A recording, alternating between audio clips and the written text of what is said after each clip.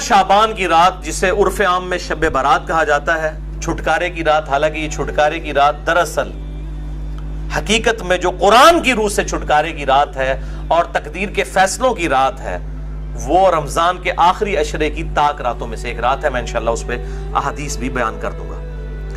بہرحال یہ 5 احادیث پبلک میں مشہور ہیں، 5 کی 5 ضعیف ہیں۔ سن لیجئے، پہلی حدیث جامعہ ترمذی اور سنن ابن ماجہ سے ہے، مشکات میں ہے 1299، بڑی مشہور حدیث ہے۔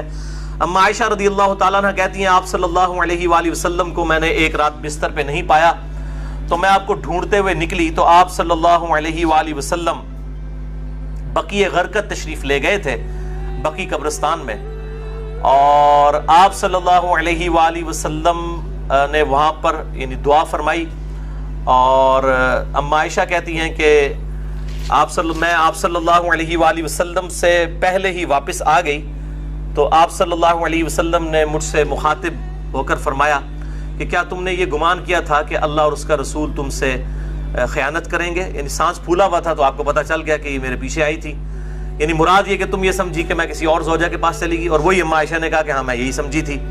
تو آپ نے فرمایا یہ بے شک نصف شعبان کی رات ہے، یعنی 15ویں رات ہے شعبان کی، 14 اور 15 کی درمیانی رات۔ اس رات اللہ تعالیٰ آسمان دنیا پر نزول فرماتا ہے جیسا کہ اس کی شان کے لائق ہے، اور بنی کلب کی بکریوں کے بالوں سے بھی زیادہ لوگوں کی مغفرت کر دیتا ہے۔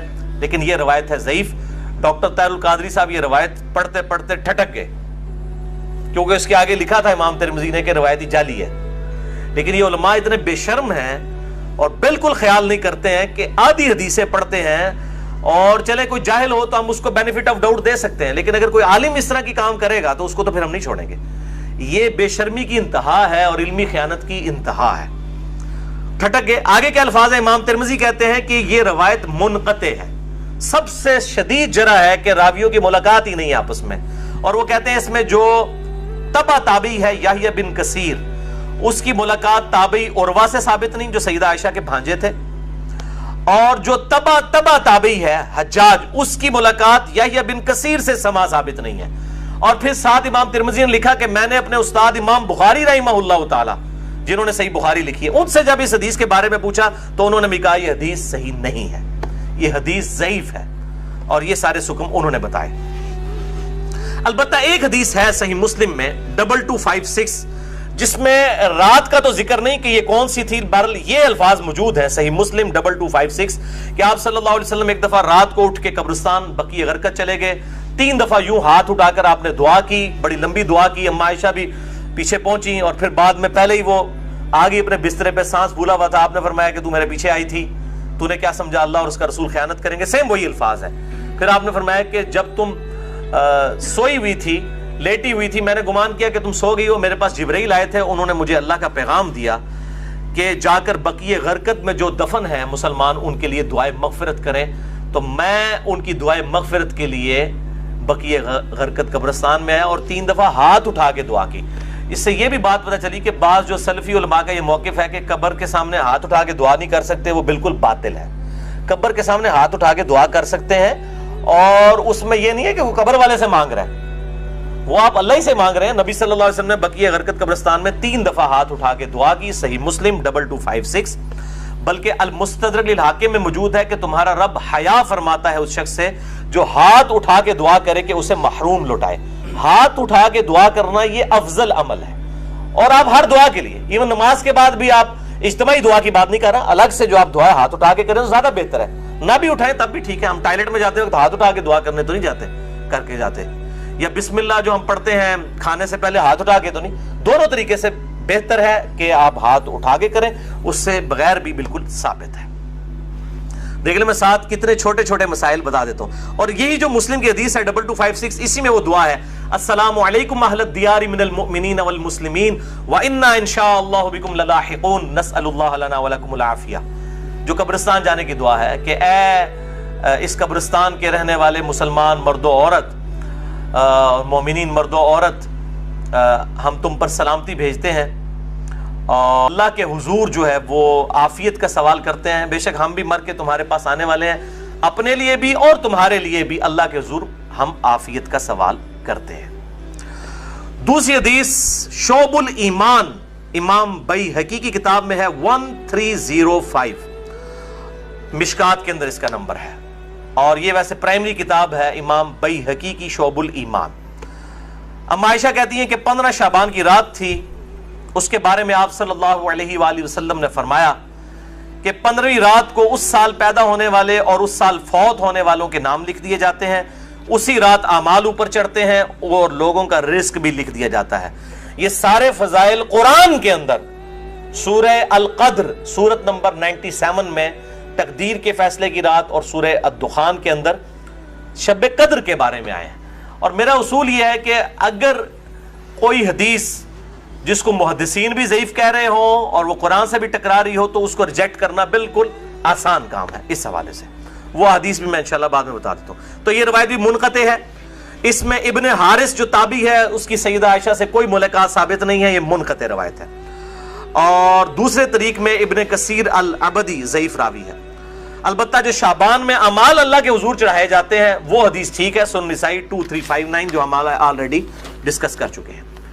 تیسری حدیث سنن ابن ماجہ سے ہے 1306، مشکات کے اندر اس کا نمبر ہے، اور اس حدیث کو وہ ضعیف جمع ضعیف برابر ہے حسن کا فارمولہ لگا کے شیخ البانی نے صحیح کہا ہوا ہے۔ اور اس میں مجھے ایک لطیفہ بھی ضمناً یاد آ گیا، آج سے کئی سال پہلے اسلام آباد میں ایک اہل حدیث عالم جو ہے وہ بریلویوں پہ گرج رہے تھے، یہ بدعت ہے اس رات میں عبادت کرنا، کوئی ثابت نہیں، کوئی حدیث نہیں۔ تو میں نے ان کو ایک چٹ لکھ کے بھیجی کہ آپ کے جو روحانی ابا جان ہے محدث اعظم سعودیہ شیخ ناصر الدین البانی، انہوں نے تو یہ سنن ابن ماجہ کی روایت کو جو مشکات میں 1306 ہے اس کو تو صحیح کہا ہوا ہے، تو مہربانی کر کے یہ جتنا غصہ ہے یہ البانی پہ بھی نکالیں آپ۔ تو اگر آپ کہتے ہیں اس کی اجتہادی غلطی ہے تو ان بیچاروں کو بھی اجتہادی غلطی کہہ کے چھوڑ دیں، یعنی آپ نے دوگلی پالیسی کیوں رکھی ہے؟ یا کم از کم پبلک کو بتائیں تو صحیح۔ لے جی بے شرمی کی انتہا، اس بندے نے چٹ بھی پڑھی ہے لیکن بیان نہیں کیا۔ اپنے بابے سب کو ہی پیارے ہیں، ہمارا بابا ہمیں پیارا تو وہی صاحب ہے، بابے سب کو پیارے ہیں۔ یہ بابوں کا فتنہ بڑا خطرناک ہے، چاہے وہ کسی بھی شکل میں نکل آئے۔ تو یہ مجھے ضمناً بات یاد آ گئی اسی حدیث کے حوالے سے۔ ابو موسیٰ اشعری رضی اللہ تعالیٰ عنہ کہتے ہیں کہ نبی صلی اللہ علیہ وسلم نے فرمایا، بے شک اللہ تعالیٰ شعبان کی 15ویں رات اپنے بندوں پر خصوصی توجہ فرماتا ہے اور تمام مخلوق کو بخش دیتا ہے سوائے نمبر 1 مشرک کے اور نمبر 2 کینہ رکھنے والے کے۔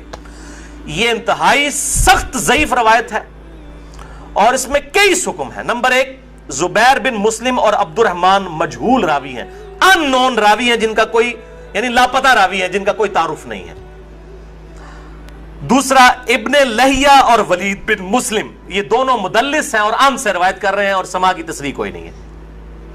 اور شیخ زبیر صاحب نے مشکات 1306 کے فٹ نوٹ پہ لکھا کہ اس کی جو سند ہے یہ ظلمات میں ڈوبی ہوئی ہے، یعنی کسی صورت ہی حسن درجے تک نہیں پہنچتی ہے، یہ تو ضعیف میں بھی سخت ترین ضعیف روایت ہے۔ اور اس میں پھر اب وہ 11,000 وولٹ والی روایت یہاں پہ بیان کر دوں جو کہتے ہیں ہم صحیح اور ضعیف کا فرق نہیں کرتے، اور میری مجبوری ہے، اس کے بغیر یہ دماغ میں ڈرل نہیں ہوتا یہ روایت میں بیان نہ کروں تو۔ مشکات میں ہے 4902 مسند احمد اور امام بخاری کی الادب المفرد کے حوالے سے۔ امام بخاری کی بھی ساری حدیثیں صحیح نہیں ہیں، صرف صحیح بخاری کی روایتیں صحیح ہیں، الادب المفرد میں یہ ضعیف روایت ہے۔ اور اگر ہم وہ ڈاکٹر تعلق قاضی صاحب کہتے ہیں ہم امام حنیفہ کے مقلد ہیں، آپ بخاری کے مقلد ہیں، اگر ہم بخاری کے مقلد ہوتے اس روایت کو صحیح مانیں۔ مشکات میں 4902 ہے کہ جو شخص اپنے جہلی نسب پر فخر کرے تو اس کو پھر تم کہو کہ تم اپنے جہلی نسب پہ فخر کرتے ہو، اسے کہو کہ اپنے باپ کی شرمگاہ کاٹ کے اپنے منہ میں رکھ لے، نعوذ باللہ من ذالک۔ اور یہ بات اس سے کنایے سے نہ کرو، ڈائریکٹ کرو۔ اتنی بےہودہ بات آپ صلی اللہ علیہ وسلم کبھی کہہ سکتے ہیں؟ وَإِنَّكَ لَعَلَىٰ خُلُقٍ عَظِيمٍ، اخلاق کے بلند ترین درجے پہ فائز۔ اور بخاری اور مسلم کی حدیث کہ آپ صلی اللہ علیہ وآلہ وسلم میں کنواری لڑکیوں سے زیادہ شرم و حیا تھی، وہ اس قسم کی بات کر سکتے تھے؟ اس میں بھی یہی حکم ہے، اس میں حسن بصری مدلس ہیں اور ان سے روایت کر رہے ہیں، اور صحیح مسلم کے مقدمے میں موجود ہے کہ مدلس کی ان والی روایت سما کی تصریح کے بغیر ضعیف ہوگی۔ مسئلہ نمبر 36 میرا سن لیں، ضعیف الاسناد اور من گھڑت احادیث کے فتنے کا تحقیقی جائزہ، جسے شوق ہو تو یہ میں نے الزامی جواب پھکی کے طور پہ یہ اینٹی وانم دیا تھا، یہ والی روایت۔ چوتھی حدیث مسند احمد سے ہے، مشکات میں ہے 1307، عبداللہ ابن عمر بن عاص، سیم الفاظ ہیں وہی کہ 15ویں رات کو سب کی مغفرت ہو جاتی ہے، لیکن اس میں الفاظ ہیں سوائے خودکشی کرنے والے کے اور کینہ رکھنے والے کے. لیکن اس میں ابن لہیہ جو ہیں وہ مدلس اس میں تو نہیں ہے، ویسے وہ مدلس راوی ہیں، لیکن اس میں ان کی یہ روایت اختلاط کے بعد کی ہے، یعنی جب ان کا حافظہ بگڑ گیا تھا. یہ امام حاکم نے المستدرک الحاکم میں کئی روایتوں کو بخاری مسلم کی شرط پہ صحیح کہا ہے، اور بات بھی صحیح ہے کہ بخاری اور مسلم کے راویوں سے وہ حدیثیں ہیں، لیکن ان میں کئی راوی ایسے ہیں، کئی صحابہ بھی ایسے ہیں کہ وفات سے پہلے وہ اپنی حدیثوں کو مکس کر جاتے تھے، حافظہ کمزور پڑ گیا. تو اگر راوی ثقہ ہو بعد میں اس کا حافظہ بگڑ جائے تو اس کے حافظہ بگڑنے سے پہلی والی روایتیں جو ہوں گی وہ صحیح ہوں گی، بعد والی ضعیف ہوں گی. یہ بعد والی ہے کیوں؟ جو راوی ان سے یہ روایت بیان کر رہا ہے اس کی ملاقات ان کا حافظہ بگڑنے کے بعد ہوئی ہے، وہ پہلے کا راوی نہیں ہے.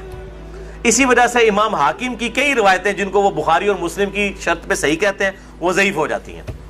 یہ میں آپ کو ٹیکنیکل پوائنٹ بتا رہا ہوں.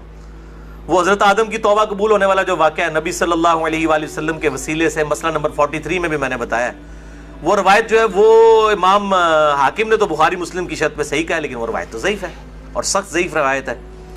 تو یہ چیزیں خیال رکھی جائیں.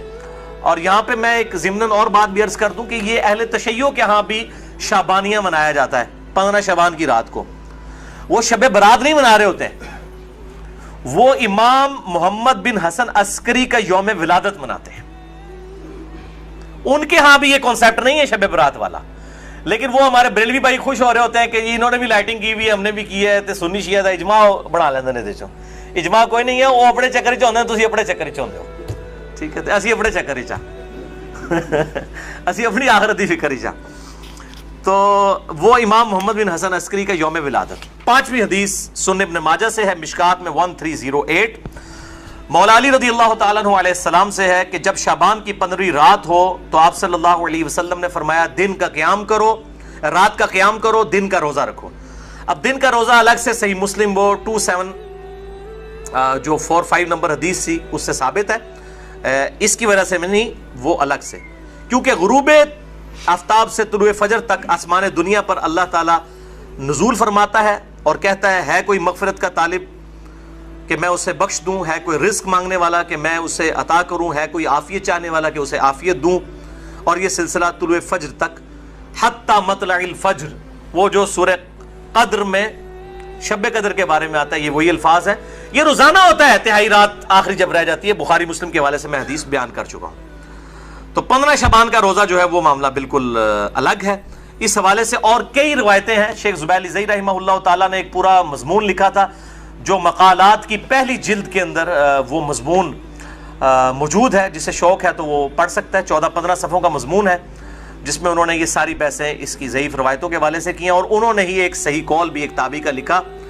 لیکن چونکہ تابعی کا قول مقطوع ہوتا ہے اور تابعی اگر کوئی غیب کی بات کرے گا تو وہ ضروری نہیں کسی صحابی سے سنی ہو، وہ کسی دوسرے تابعی سے بھی سن سکتا ہے. صحابی کی غیبی خبر جو ہے نا بیان کی ہوئی وہ امپلائڈ ہے کہ نبی صلی اللہ علیہ وآلہ وسلم سے سنی ہے. صحابی کی جو مرسل ہے وہ ایکسیپٹیبل ہے، اسے ہم موقوف روایت کہتے ہیں. تابعی کی مرسل ایکسیپٹیبل نہیں، اس کو ہم مقطوع کہتے ہیں. یہ غیبی خبر سے متعلق ہے، لیکن یہ تابعی تک قول ثابت ہے. اس کا مطلب یہ ہوا کہ اس زمانے میں بھی یہ مسئلہ موجود تھا.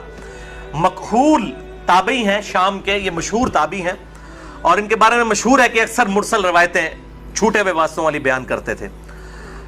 شعب الایمان امام بیہقی کی کتاب میں انٹرنیشنل نمبر کے مطابق 3671 نمبر یہ روایت ہے. وہ کہتے ہیں کہ 15ویں شعبان کو اللہ تعالیٰ زمین والوں کی طرف متوجہ ہوتا ہے 15ویں شعبان کی رات کو، اور کافر اور کینہ رکھنے والے کے سوا سب کو بخش دیتا ہے. اب یہ روایتیں اتنی زیادہ ہیں کہ اس کی وجہ سے بعض اہل حدیث علماء کا بھی یہ موقف ہے کہ کچھ نہ کچھ اس کی اصل موجود ہے. اکثر تو نہیں مانتے لیکن کچھ اہل حدیث علماء بھی مانتے ہیں، اور دیوبند بریلوی تو ویسے ہی مانتے ہیں. اور میرا موقف شروع سے جو تھا وہی ہے کہ میں ہمیشہ فتویٰ نہیں لگاتا، خود کرتا نہیں ہوں، کسی پہ فتویٰ نہیں لگاتا. یہ اکثر کہتے ہیں نیکی کا کام ہے، خیر ہے کرنے دو جی. لوگ سال کے بعد اگر کوئی نکلی ہے عبادت کے لیے تو میرے بھائی سال کے بعد لوگ عید کی نماز کے لیے نکلتے ہیں، تو آپ عید کی اذان کیوں نہیں دیتے ہیں لوگوں کو بلانے کے لیے؟ نہیں جی ثابت نہیں ہے. تو کیا ثابت نہ ہوئی تو کیا ہوا؟ گناہ کا کام تو نہیں ہے، دے دیا کرے اذان. سال بعد لوگوں نے عید پڑھنے کے لیے نکلنا ہوتا ہے. پکیجے الزامی جواب، اینٹی وینم لاجیکل آنسر. تو کہیں گے نہیں جی ثابت نہیں. بھئی آپ کا تو فارمولہ تھا ثابت ہو یا نہ ہو، نیکی کا کام ہے تو کر لیں. تو عید کی اذان دے دیں، جنازے کی اذان دے دیں، کیوں نہیں دیتے؟ کہتے ہیں جی نبی صلی اللہ علیہ وآلہ وسلم سے ثابت نہیں. ہم بھی یہی کہہ رہے ہیں. اور پھر اس حدیث کو بھی یاد کر لیں جو صحیح مسلم میں 2684 اور مشکات میں 2052 ہے کہ آپ صلی اللہ علیہ وآلہ وسلم نے جمعے کے دن کو اور جمعے کی رات یعنی شب جمعہ کو قیام کے لیے مخصوص کر لینا، یعنی میں نے صرف یہ اسی میں ہی قیام کرنا ہے، اس سے منع فرمایا ہے. اور الا یہ کہ کسی کے روزے پہلے سے چلتے آ رہے ہوں یا کوئی پرٹیکولر روزہ آ جائے، جس طرح 10 محرم کا روزہ آ گیا یا یوم عرفہ کا، وہ رکھ سکتا ہے، اس کے علاوہ نہیں. اور بیسیکلی مقصد تھا مخالفت یہود و نصارہ کی. یہودیوں نے ہفتے کے دن کو مخصوص کیا اور عیسائیوں نے اتوار کو، تو کہیں مسلمان جمعہ ہی نہ پھاڑ لین خالی، اور پھر بھی مسلمان بعد نہیں ہے انہوں نے جمعہ پھاڑ لیا ہے، خیال ہونا پھر بھی کوئی نہیں کیا، وَلِعَوْذُ بِاللَّهِ تَعَالَى.